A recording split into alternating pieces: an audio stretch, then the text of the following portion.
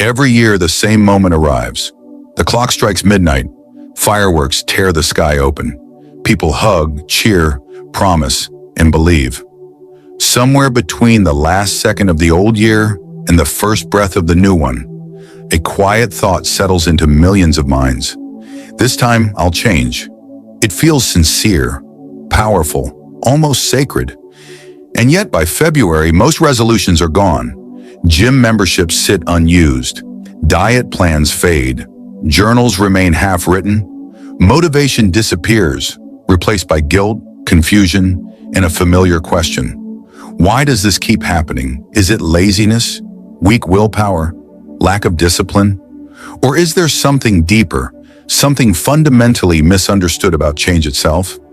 To understand why New Year's resolutions never work, we must look beyond calendars, motivation, and goal setting.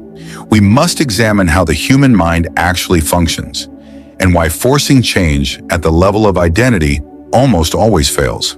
The new year feels powerful because it creates a psychological boundary. One year ends, another begins. The mind loves clear lines. It loves endings and beginnings. January 1st feels clean, untouched, full of possibility. But here is the first uncomfortable truth. Time does not reset the mind. You wake up on January 1st with the same habits, the same fears, the same conditioning you had on December 31st. The brain does not recognize symbolic dates. Patterns do not dissolve because the calendar changes. Yet resolutions depend entirely on this illusion that a new year automatically creates a new self. It doesn't. And when reality collides with expectation, disappointment begins. Every New Year's resolution follows the same internal formula. Something about me is wrong, and I must change it. Whether the goal is productivity, health, spirituality, or success, the underlying message is the same. The present self is insufficient. A better version must be created.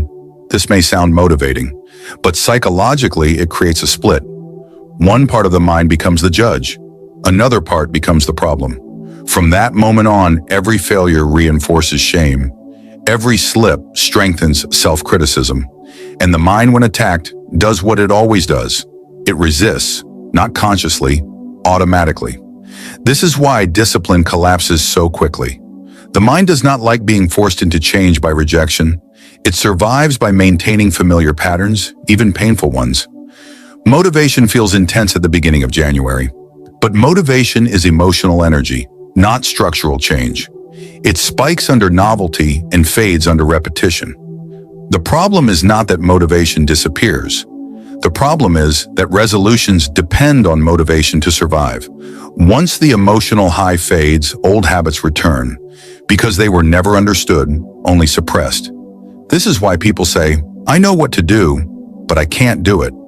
Knowledge isn't the issue. Effort isn't the issue. Understanding is missing.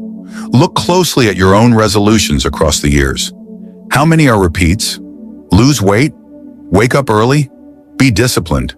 Quit bad habits. Be more mindful. Be better. The repetition itself is the message. If change truly happened, the resolution wouldn't need to return. But instead of questioning the method, people blame themselves. The mind learns one thing from repeated failure: I am the problem. This belief is deeply damaging and completely mistaken. More than 2,500 years ago, a man sat quietly under a tree and observed the human mind with ruthless honesty. The Buddha did not teach resolutions. He did not teach self-improvement. He did not teach becoming better in the future. He taught understanding the present. Why? Because he saw that suffering does not come from who we are, but from how we relate to who we are. The Buddha understood that the mind operates through conditioning. Habits arise from causes. Desires repeat because they are fueled.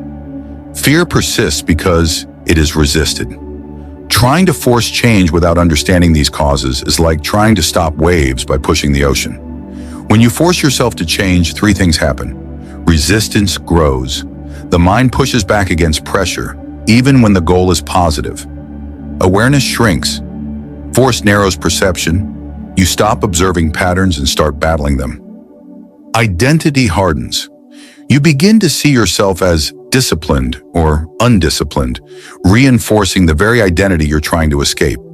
This is why people feel exhausted by self-improvement.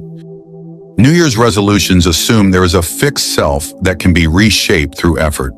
But the Buddha saw something radically different. He saw that the self is not a solid entity, it is a process. Thoughts arise, emotions pass, urges appear, identities form and dissolve. There is no permanent self to fix, only patterns to understand. And what is understood deeply does not need to be forced away. This is where resolutions collapse. They rely on control. But transformation arises from awareness. When you observe a habit without judgment, you begin to see what triggers it, what it promises, what it actually delivers. This observation weakens the habit naturally, not through effort, but through clarity. The mind lets go of what it clearly sees as unnecessary. This is why meditation works where resolutions fail. Meditation does not demand change. It reveals the truth. The new year becomes dangerous because it compresses hope into a single moment. People expect dramatic change from symbolic timing. When it doesn't happen, despair follows. But real change is slow, quiet, unglamorous. It happens on ordinary days, in unnoticed moments, without announcements or promises. The Buddha never spoke of fresh starts. He spoke of seeing clearly, again and again. When resolutions fail, guilt steps in. I promised myself. I failed again. What's wrong with me? Guilt feels moral, but it is psychological poison. It reinforces the belief that you are broken. From guilt, people either quit entirely or double down with harsher control. Both fail. The Buddha taught compassion not as kindness, but as wisdom. Without compassion, the mind closes. Without openness, understanding cannot arise. There is a quiet freedom the self-improvement industry avoids mentioning. You don't need to become someone else to be at peace. Peace appears when the struggle to become ends. This doesn't mean habits won't change. It means they change without violence. When awareness deepens, craving weakens. When resistance fades, clarity grows. When judgment ends, learning begins. People cling to resolutions because they fear stagnation. If I don't push myself, I'll stay stuck. But staying stuck does not come from acceptance. It comes from unconscious repetition. Acceptance is not approval, it is clarity. The Buddha never taught passivity, he taught insight, and insight transforms more deeply than effort ever can. Not promises, not dates, not force. What works is observation, watching the mind without trying to fix it, seeing patterns without labeling them as failures, understanding desire without suppressing it. From this space, change happens quietly, not because you decided to be different, but because you understood yourself deeply enough to let go. At some point, many people stop making resolutions, not because they've given up, but because they've seen through the illusion. They realize that life does not change at midnight. The mind does not transform through promises, and peace does not live in the future. It lives here, in awareness, in understanding, in the end of unnecessary struggle. That is why New Year's resolutions never work. Not because people are weak, but because force is the wrong language for the mind. And once this is seen clearly, there is no need to wait for January to begin again. So every year ends the same way, with promises made to a future self and silent disappointment left for the present one. New Year's resolutions fail not because people lack discipline, but because the entire idea of forcing change through time, willpower, and self-judgment misunderstands how the human mind actually works. A resolution begins with hope, but it is built on rejection. It assumes that who you are right now is insufficient and must be replaced. This creates a division within the mind.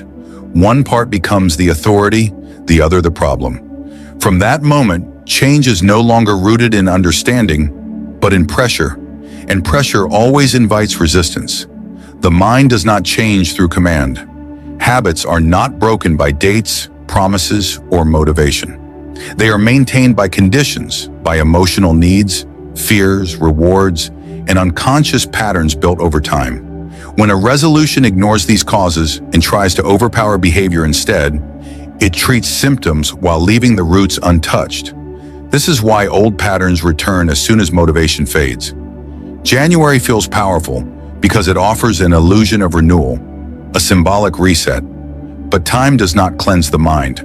You step into the new year carrying the same conditioning you had the night before.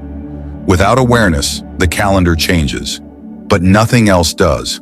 When resolutions fail, guilt quickly takes their place. People conclude that they are weak, undisciplined, or broken. This belief quietly hardens identity. The mind begins to see itself as a problem that needs constant fixing. From this space, effort becomes exhausting, compassion disappears, and growth turns into self-conflict. What is rarely questioned is the assumption behind resolutions, that change must be forced. Ancient wisdom saw this clearly. Real transformation does not begin with becoming someone else. It begins with understanding what is already here. When behavior is observed without judgment, its logic reveals itself. When craving is seen clearly, its grip loosens. When fear is allowed to arise without resistance, it loses intensity. This is not passivity, it is intelligence. Change that arises from insight does not require constant effort because it is aligned with understanding rather than control. New Year's resolutions collapse because they rely on willpower, an unstable and temporary resource. Awareness, on the other hand, deepens with practice. It does not fight the mind, it illuminates it. And what is fully seen no longer needs to be repeated blindly. The modern world celebrates becoming more productive, more disciplined, more successful. But peace does not live in the future. It lives in the present moment, when resistance to what is ends. The need to improve endlessly is itself a form of restlessness, a subtle refusal to be with life as it is. Letting go of resolutions does not mean giving up on growth.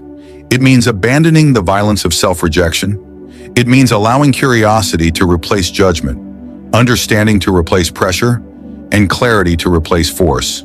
From this ground, change happens naturally, without guilt or struggle.